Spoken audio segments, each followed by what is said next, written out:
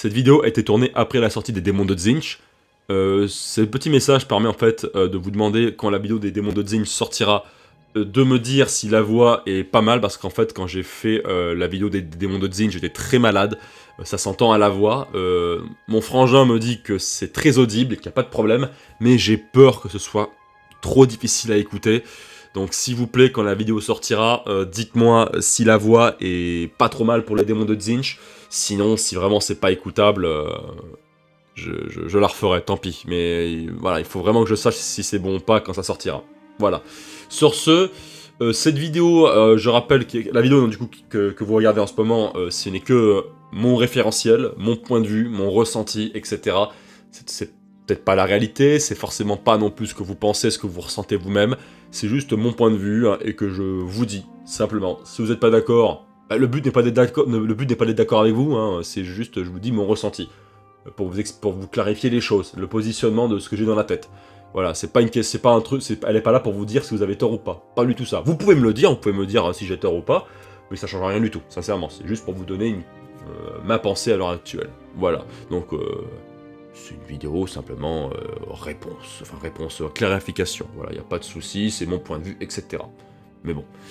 Sur ce, bonne vidéo, enfin, bonne écoute plutôt. Donc tout commence avec la fin de ma chaîne, hein, donc ça remonte vraiment à un bon moment, déjà 5-6 ans. On était vraiment vers la fin de ma chaîne. Pas intégralement à la fin, mais vraiment vers la fin. On approchait de Gathering Storm. En sachant que j'étais déjà bien salé par rapport à Warhammer 40 000, parce que j'en avais marre de faire ça, et aussi parce que j'étais un très mauvais gérant de communauté, et que à l'époque j'étais quelqu'un d'assez confus et perdu, et de très énervant. Faut dire ce qui est, hein, c'est... On vieillit, on vieillit, on regarde ce qu'on faisait avant, et on a envie de se foutre des baffes dans la gueule, hein. Moi personnellement, c'est pour ça, je crois que je l'avais dit un jour sur une chaîne secondaire qui n'existe plus aujourd'hui non plus. Je crois que j'avais dit que, oui, de toute façon, d'ailleurs c'est vrai, hein, je me suis excusé sincèrement envers toutes les personnes auxquelles j'ai fait du mal, ou auxquelles j'ai embêté, etc. Mais bon, ça c'est du passé, et puis en vrai, pendant 5 ans, j'y ai même pas pensé. Hein. Mais c'est vrai que, avec du recul, encore une fois, c'est comme ça. Quoi qu'il en soit, si j'essaie de gratter ma mémoire, c'était déjà un petit peu à cause de tout ça, que j'en avais un peu marre de 40 000, mais après, est arrivé Gathering Storm. Alors il faut savoir qu'à l'époque, Gathering Storm, j'étais un peu sceptique. Je sais qu'il y en a beaucoup à l'époque dans mes souvenirs qui étaient fous par rapport à ça. Je sais qu'il y en a aujourd'hui qui pensent encore que Gathering Storm a fait avancer le lore. Moi, personnellement, à l'époque vraiment, je trouvais que Gathering Storm n'allait pas être une bonne chose, parce que quand c'est sorti, en fait, ça a tué la vraie 13e croisade noire. Je crois que c'est la 13e. Non, c'est la 13e ou la 14e, je sais plus. Mais en tout cas, ça a tué la vraie dernière croisade noire, qui initialement a été fait par des joueurs à l'initiative de Games Workshop pour les faire participer à l'avancement du lore. Il y avait ça pour Warhammer Fantasy aussi, ça s'appelait Tempête du Chaos. Ça a été Redcon, et à la place on a eu le End Time. Le Gathering Storm, c'était le End Time de 40 000. Donc j'ai ressenti ce que les joueurs de Fantasy ont ressenti au End Time. Sauf que pour Fantasy, c'était beaucoup plus violent, et beaucoup plus mal écrit. Il faut quand même l'admettre. Donc Gathering Storm, pour moi, à l'époque, je l'ai très mal pris parce que je me suis senti trahi. Hein, je me suis senti comme si Games Workshop, on n'avait plus rien à foutre de sa vieille communauté. Puis ensuite est arrivé le lore, je l'avais trouvé vraiment assez médiocre, le lore, hein, assez médiocre. Trazil m'énervait, etc. Les Primaris qui sortent du cul, hein, c'est toujours un peu le cas aujourd'hui. Hein. Aujourd'hui, je sais qu'ils sont encore considérés comme étant un peu sortis du cul. Si je vous donne mon avis aujourd'hui, très clairement, aujourd'hui en 2024, avec le Alexandre de maintenant, donc celui qui est enfin, on va dire, voilà, le Alexandre de maintenant, celui qui est moins chiant, celui qui a le dos pété, celui qui a travaillé pendant 3 ans dans le forestier, tu vois, celui qui est allé en Finlande, qui a vécu un moment là-bas, tu vois. Et donc, voilà, c'est pas la même personne. Avec du recul, tu vois, aujourd'hui, ce Alexandre-là, il se dit, ouais, en fait, non, les Primaris, c'est des Space Marines normaux. C'est juste que le design, il a changé. Alors oui, ils auraient pu trouver une meilleure explication que simplement dire c'est des nouveaux Space Marines qui vont remplacer les anciens. Pour moi, en fait, dans ma tête, je me dis que c'est la même chose. Hein. C'est la même chose, c'est juste que le design qui a changé. Bon, je suis pas fan du design des Primaris, notamment de leur casque, mais c'est des Space Marines. Y a rien qui change, en fait. C'est juste qu'ils auraient pu trouver une meilleure explication, c'est vrai, mais... avec du recul, c'est des Space Marines. Et puis de toute façon, et je reviendrai plus tard sur ça, mais en vrai c'est logique qu'ils aient fait ça. Je reviendrai sur ça après, pardon. Quoi qu'il en soit, donc le lore ne prenait pas une direction qui m'intéressait, et quand est arrivé la V8, alors là ça m'a achevé. La V8, voilà, à la V8 je me rappelle, j'aimais pas du tout le lore de la V8, j'aimais pas le style graphique de la V8 qui faisait très cartoon, déjà qu'à l'époque j'étais assez remonté envers Blizzard, que Games Workshop, pour faire plaisir au marché américain, c'est ça, hein, ça a toujours été la volonté de toutes ces ressorties, de tous ces reboots, c'était de faire plaisir au marché américain. C'est toujours, et d'ailleurs c'est complètement avoué aujourd'hui, hein, et on le voit bien, donc totalement. Donc oui. Et bah écoutez, ensuite il y a eu les règles. Déjà que j'étais pas très fan des règles de la V7 ni de la V6, bah écoutez, effectivement ça m'a achevé. Donc et depuis la V8, j'ai pas, donc du coup depuis la V8 du coup, donc quand j'ai complètement arrêté la chaîne parce que j'en avais marre, j'en avais plein le cul. Je sais plus d'ailleurs comment j'avais amené ça. Je sais plus du tout. Là pour le coup là on me demande de chercher trop loin dans ma mémoire et dans ma tête. De toute façon à l'époque j'étais complètement déglingué, je savais pas quoi foutre de ma vie, j'étais complètement perdu, j'étais chiant. Je sais même pas ce qui m'est passé par la tête, j'en sais rien du tout. Je sais pas ce qu'il a fait à ce moment-là, le cigare. Mais quoi qu'il en soit, du coup, j'avais arrêté la chaîne. Et là, du coup, pendant les 5 prochaines années, jusqu'à disons, 2024, non, 2023, excusez-moi, je n'ai pas fait, j'ai pas regardé une seule news, j'ai pas lu un seul livre, une seule vidéo, j'ai rien du tout de chez moi, rien du tout qui était lié à Warhammer 40 000. Je jouais à Dawn of War, évidemment, de temps en temps, mais c'est pas pareil. Alors vraiment, j'étais complètement déconnecté de ma chaîne, que j'ai laissé à l'abandon, que j'ai même plus ou moins fermé, on va dire. Hein. Je voulais la fermer, la chaîne, initialement, mais je l'ai maintenue ouverte, avec les vidéos en non répertoriées, uniquement, dans le but, en fait, que au cas où, dans la tête, je me mettais que si quelqu'un voulait récupérer une de ces vidéos, bah simplement, je pouvais du coup les avoir encore à ma disposition pour les lui donner. Finalement, j'ai bien fait de conserver la chaîne entrefermée, puisqu'aujourd'hui, du coup, je peux rebondir avec, on va dire, pour mon activité tertiaire, en espérant qu'au bout d'un moment, ça va marcher. Bref, quoi qu'il en soit. Donc vraiment pour affirmer le fait que je n'ai pas retouché à Warhammer 40 000 depuis très longtemps. Pas de partie. Je sais qu'en début 2023, j'ai jeté un œil à la V9. Ouais. Bof. Par contre, quand la V10 est sortie, là, on a eu là où je joue, en fait, une vague de joueurs 40 000 qui ont débarqué pour, disons, s'installer là. Et pour étendre ma zone élargie de joueurs, novembre 2023, j'ai acheté la boîte d'initiation ultime à un prix assez dérisoire, en vrai, hein, je me suis bien démerdé. Et du coup, j'ai découvert la V10. C'est sympa. Il y a des choses qui ne me vont toujours pas. Sincèrement, au niveau des règles, je pense notamment aux ruines. Le système de ruines est très confus. Et je le trouve vraiment pénible à gérer, sincèrement. Mais si je pouvais jouer sans le système de ruines, ce serait bien. Mais en fait, ce qui m'a le plus perturbé, c'est cet emprunt à Age of Sigmar. Je précise que sur Age of Sigmar, ça marche très bien. Sur 40 000, moi, personnellement, je trouve que ça ne marche pas. C'est le fait que tu puisses tirer sur n'importe qui tant que t'as la portée et tant que t'as pas de mur devant toi. Ce que je veux dire, c'est qu'en fait, avant, dans le 40 000 que j'ai connu, tu ne pouvais tirer que sur les mecs qui avaient en face de toi. En gros, le corps en face bloquait la vision du corps derrière. C'est cohérent, c'est logique. C'est plus le cas. Sur 40 000, maintenant, tu peux tirer sur n'importe qui tant que t'as la portée et tant que tu n'as pas d'obstruction de vision par un élément de décor, non pas par une unité. Ça a pour moi rendu beaucoup de factions extrêmement pourraves et ça a vraiment avantagé les factions de tir. Du coup, ce qui se passe, c'est que tout le monde, maintenant, de ce que j'ai vu, de ce que j'ai compris et de ce que j'ai ressenti, et je le vois bien aussi, tout le monde veut jouer en combat urbain. Depuis que j'ai repris Warhammer 40 000 uniquement comme jeu ultra secondaire de temps en temps pour jouer avec des gens, tout le monde fait du combat urbain. C'est fini le 40 000 où moi, de mon époque, on pouvait avoir tous les types de formats. Non, là vraiment c'est que du combat urbain et que du combat à objectif compétitif. Il n'y a plus de jeu ouvert, quoi. Il y a le narratif, mais même le narratif recommande le combat urbain. Voilà, c'est pas le...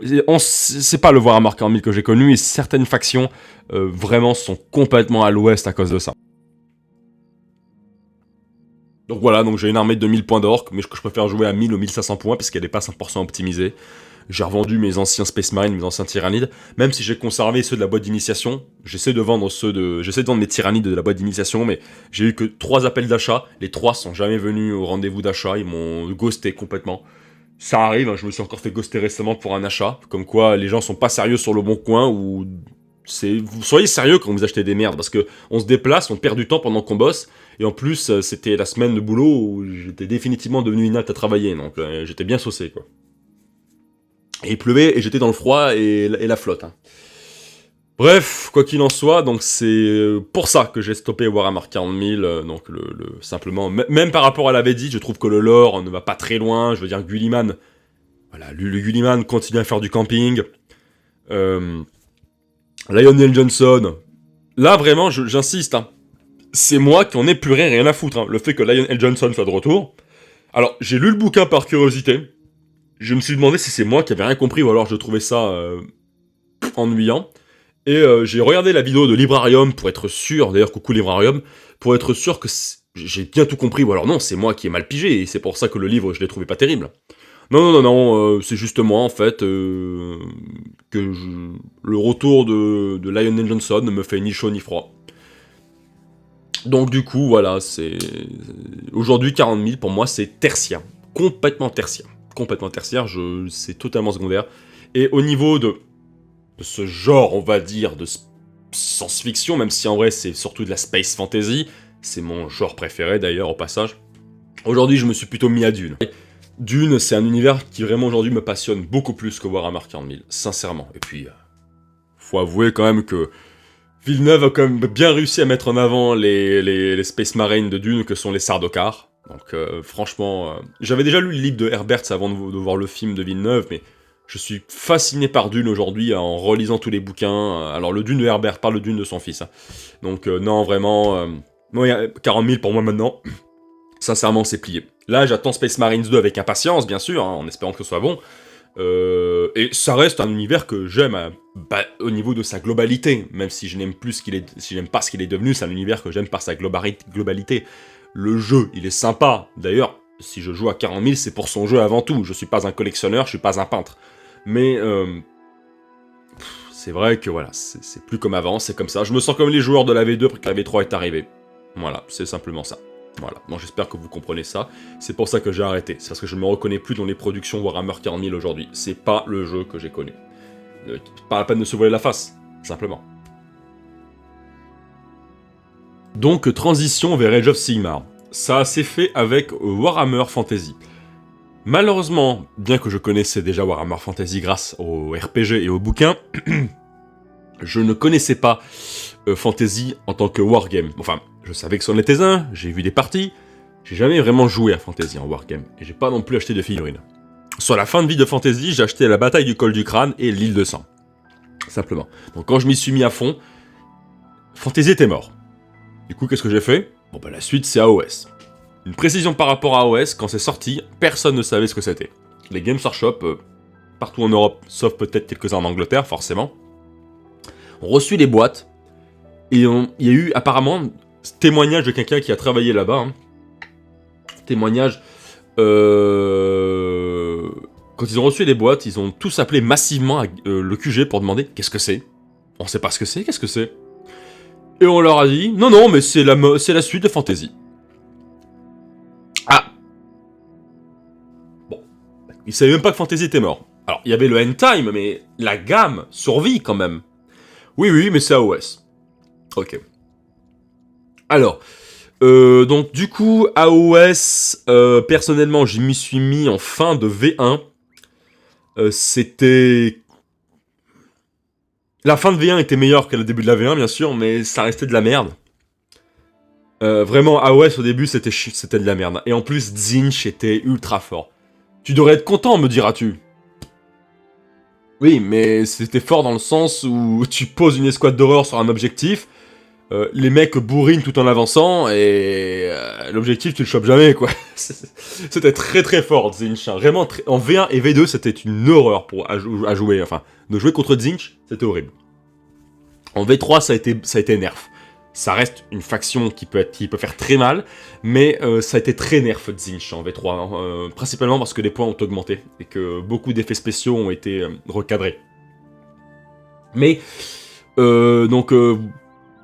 du coup, j'avais acheté une boîte, après avoir fait une partie avec des corneux contre des Stormcast, qui à l'époque étaient dégueulasses, ces Stormcast, hein, j'ai du coup acheté 3 boîtes de Iron Jaws, pour avoir, je crois, 1000 points quasiment, quelque chose comme ça.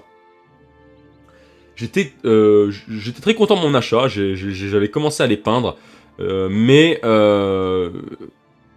disons que voilà, en soi, les règles étaient bordéliques, il y avait très peu de joueurs qui jouaient à AOS à ce moment-là, donc j'ai fini par mettre mes Iron Jaws au placard, je voulais même les vendre à un moment. Heureusement que j'ai pas fait ça. Puis est arrivé la V2. J'ai un peu joué à la V2, un tout petit peu. J'étais complètement ailleurs à ce moment-là, donc par curiosité, j'avais joué à la V2, j'avais un peu suivi le lore. C'était vachement mieux, mais il y avait encore du chemin à faire, mais c'était vachement mieux, sincèrement, vraiment. Mais malgré tout, c'était pas encore ça. Et arrive la V3, donc du coup, je sors de ma période un peu Warhammer Fantasy. Alors, j'adore Warhammer Fantasy toujours, bien évidemment. D'ailleurs, on a même refait une partie de V8, de V7, V8, on avait un peu mélangé les deux parce qu'on savait pas trop sur quel pied danser. Dans tous les cas, on a fait une partie il y a 4 mois avec un pote de fantasy. J'ai gagné avec mes gobelins, mais c'était vraiment parce qu'il a raté tous ses tirs d'artillerie. On a utilisé les gabarits. Donc c'est pour ça qu'en V8, il n'y a pas de gabarit. Donc en fait, je crois qu'on avait joué en V7 et pas en V8, enfin bref. Et en plus, entre-temps, je m'étais mis au Seigneur des Anneaux, le jeu de figurines. Enfin, je m'y étais remis. J'avais déjà une armée avant, j'avais tout vendu. J'ai réacheté une boîte de démarrage et j'ai réacheté des figurines. J'ai eu du chemin, on va dire. Et ensuite, oui, donc je me suis mis du coup à AOS V3 avec mes Iron Jaws, parce que c'est bon, 3ème édition. Allez hop, je rate pas le coche. Et là, bam, 3ème édition d'AOS, exceptionnel. Vraiment, je veux dire, c'est le meilleur jeu compétitif de Games Workshop à l'heure actuelle. Tous les gens dans mon entourage, y compris les joueurs de Warhammer 40 000, veulent faire du AOS en compétitif. Il y a de plus en plus de joueurs sur Reddit, sur les forums de Games Workshop, qui affirment effectivement que AOS est mieux que 40 000 au niveau de ses règles compétitives. Les règles d'ailleurs d'AOS sont beaucoup plus claires, beaucoup plus nettes, beaucoup plus précises, beaucoup moins bordéliques aussi, et en plus AOS demande moins d'investissement au niveau des armes secondaires, etc. que 40 000. Franchement, alors c'est pas non plus le même jeu, n'est-ce pas? C'est pas ce que je dis, mais c'est pas le même jeu en mieux, en fait. C'est pas le même jeu tout court, mais il y a des similarités, c'est un jeu Games Workshop. Mais globalement, AOS, franchement, s'en sort mieux que 40 000. Franchement, ouais. Et c'est une chose qui est assez ressentie sur les forums et sur Reddit, et même parmi les joueurs 40 000 de mon entourage, qui râlent de voir certains des leurs commencer AOS et s'y mettre à fond. Parce que ça les frustre en fait. Parce que je les comprends. Quand tu fais autant de pognon dans un jeu comme 40 000 qui coûte 2 fois plus cher qu'AOS, en investissement, forcément tu te sens frustré d'avoir des gens que tu connais et d'un coup changer d'avis du jour au lendemain. Je comprends, mais personnellement, je veux dire, c'est comme ça. Enfin, on prend le jeu qui marche le mieux. Voilà, et en termes de règles, alors que 40 000 et plus de joueurs parce qu'il est plus connu, c'est une chose, mais AOS aujourd'hui est vraiment en train de tout péter. C'est le jeu qui ne fait que monter. La V4, normalement, si Games Workshop font bien les choses, devrait être exceptionnelle, normalement. Donc voilà, j'ai mon armée d'Iron Jaws qui est à 2000 points. J'ai mon armée de Disciples de Zinch qui est à plus de 3000 points. Et j'ai encore du monde qui arrive.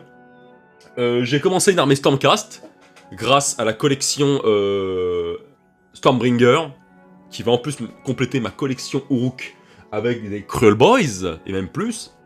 Et probablement que j'ai envie de faire une armée Séraphone. Oui, je suis un homme lézard Fags, oui, effectivement, Lizardman's Fags. Alors je ne joue pas beaucoup homme lézard sur Total War Warhammer, presque pas en fait, j'y joue presque jamais. Moi personnellement, je joue surtout nains du chaos, parce j'adore les nains du chaos, si seulement il peut y avoir une faction nains du chaos. Je sais qu'il y a les règles Legacy, je sais, mais donnez-moi les nains du chaos, s'il vous plaît. Je pleure. En plus, Ashut, il est dans le lore d'AOS. Il est dans le lore, Ashut. Dans Warcry, il y est, putain. Désolé. Donc, J'adore jouer mes Zinch, c'est... Voilà, je mets mes Tsangor et mes guerriers du chaos devant, voilà. Mes sorciers... Ils tankent à la place de mes sorciers, ils prennent position sur les objectifs, et mes sorciers balancent 30 blessures mortelles, 30 blessures mortelles le tour. Alors après, c'est un peu qui te double, hein, mais voilà, si j'ai un jet qui ne me plaît pas, hop, dé du destin, j'en récupère via certains artefacts de ma faction, ou certains sorts de ma faction d'ailleurs. Je peux en générer un peu autant que je veux avec les horreurs. Les horreurs sont increvables parce que quand je mets les horreurs roses, ça reste longtemps sur le champ de bataille, donc du coup, je les mets sur un point tranquillou. Et si jamais on me sort du Caradron, ce qui arrive souvent en ce moment, mais voilà, mettez tous vos pecnos dans un bateau, comme ça, je peux tout bombarder de blessures mortelles. Blam. Ah non, mais autant malheureusement mes pauvres Iron Jaws ne peuvent pas gagner contre les Caradrons. J'ai gagné une fois avec les Caradrons uniquement en objectif, mais j'avais plus de troupes à la fin. J'ai perdu ma dernière partie avec eux avec mes Zoruk. C'est quasiment pas possible de gagner avec les orques quand tu joues contre Caradron. C'est pas possible. En tout cas, moi j'y arrive pas. Par contre, les disciples de Zinch, et pendant que mes troupes tankent ou prennent position sur les points, pendant que je balance des blessures mortelles, bah j'invoque du changement. J'invoque voilà une petite armée de démons majeurs de Zinch comme ça là, allez hop à l'appel, tu vois. Et à la fin j'ai 3 gros tons sur le champ de bataille qui balancent des blessures mortelles et puis savoir quoi en foutre. Voilà, c'est Zinch, c'est ça. C'est drôle, jouer de Zinch, c'est très drôle. Après, c'est un peu qui tout double, malheureusement. C'est pas une armée qui est 100% fiable, hein, voilà. Mais j'adore j'adore jouer de Zinch, c'est trop drôle. Donc, j'espère qu'avec les Séraphones, ce sera aussi drôle quand je les aurai. Mais d'abord, il faut que je me concentre sur les Stormcast. Qui est une armée que j'ai toujours eu envie de faire aussi. Parce qu'en vrai, en vrai, les Stormcast, c'est pas que des Space Marines. Ils sont vraiment très cool. Voilà, donc c'est pour ça que je suis beaucoup plus enthousiaste à l'idée de faire des vidéos sur AOS. Parce qu'AOS, l'univers d'AOS, c'est Donjons et Dragons à la sauce Warhammer. C'est ça qu'il faut prendre en compte, c'est que c'est pas le même univers que Fantasy. AOS, c'est vraiment Donjons et Dragons sur Warhammer. Simplement, voilà. Une fois que tu as pris ça en compte, tu peux vraiment faire ce que tu veux. AOS, c'est le sandbox fantasy de Games Workshop. Warhammer Fantasy, c'était très terre-à-terre, c'était de la dark historic fantasy, c'était très terre-à-terre, c'était assez réaliste, c'était très vénère, il y avait une géopolitique très précise. Tu pouvais pas faire du sandbox sur Warhammer Fantasy. Ce n'est pas un reproche, au contraire, mais alors pas du tout. Mais si tu veux faire du Donjon et Dragon à la sauce Warhammer, Age of Sigmar. Voilà, c'est Age of Sigmar, voilà, donc c'est vraiment, l'univers est vachement bien, je trouve. Il a encore besoin de grandir, évidemment, hein, il est assez incomplet encore, mais ça n'a rien à voir avec ce qu'il avait été au début, où c'était vraiment un ersatz de 40 000 en fantasy. Là, ça a vraiment bien progressé aujourd'hui, c'est plus du tout la même chose, le lore... Il y a des lores de personnages de Fantasy Battle qui ont été améliorés, je pense notamment à Malekith et Teclis et Morathi, hein, qui vraiment ont été sacrément améliorés. Les gobelins aussi, les gobelins ont enfin une propre faction rien que pour eux, et la faction est très drôle. Les ghouls, donc les Flesh Eaters, ont été vraiment améliorés, c'est une des factions les plus cool de l'univers. Les armées des morts de Nagash, alors là c'est trop bien, franchement le lore, on l'appelle Nagash le Shad, hein, il est vraiment cool Nagash. Bon, les orques malheureusement ont un lore très basique, c'est ça le problème pour eux. C'est un lore qui n'a pas vraiment évolué, malgré le fait que la 3ème édition était centrée autour d'eux. Ce qui est dommage. Non, franchement, ça va bien. AOS, je pense que ça va bien se passer encore. C'est le jeu de Games Workshop qui marche le mieux en ce moment, je pense. D'un point de vue progrès. Sinon, c'est toujours Warhammer 40 000 qui fait le plus de ventes. Après, entre-temps, voilà, je m'étais remis à Seigneur des Anneaux. Je suis content de voir que Games Workshop ne le laisse pas abandonner, ce jeu. Je voulais aussi me mettre à Horus Heresy à la place de Warhammer 40 000 à la base. Mais personne n'y joue là où je suis, donc tant pis. Peut-être une autre fois. Voilà, donc j'espère du coup que ça a répondu au questionnement sur pourquoi je ne fais... Pourquoi j'ai arrêté 40 000, enfin pourquoi du coup je ne veux plus faire de 40 000, et pour ceux qui m'ont dit, est-ce que tu vas refaire du 40 000 ? Oui, mais non. Oui, probablement. De temps en temps, quelques vidéos dessus, mais en tant que produit externe, c'est-à-dire jeux vidéo, etc. Rapport de bataille peut-être, mais en toute sincérité, non, plus de vidéos lore sur 40 000, terminé. Je laisse ça aux autres, et en plus, franchement, je le répète, mais aujourd'hui 40 000, j'en suis... Je m'en fous complètement, et j'en suis dégoûté, franchement. Mais en vrai, je serais plus intéressé de faire des choses sur Horus Heresy, mais encore une fois, je préférerais que d'autres le fassent à ma place. En tout cas, au niveau des Age of Sigmar, je suis pas le seul à avoir fait du lore dessus, hein. Vous avez Elrid qui s'en occupe pas mal. Je sais qu'il y en a d'autres, mais j'ai complètement oublié le nom. Bref, quoi qu'il en soit, j'espère que cette vidéo a été claire. Je vous dis à bientôt, à la prochaine, bise.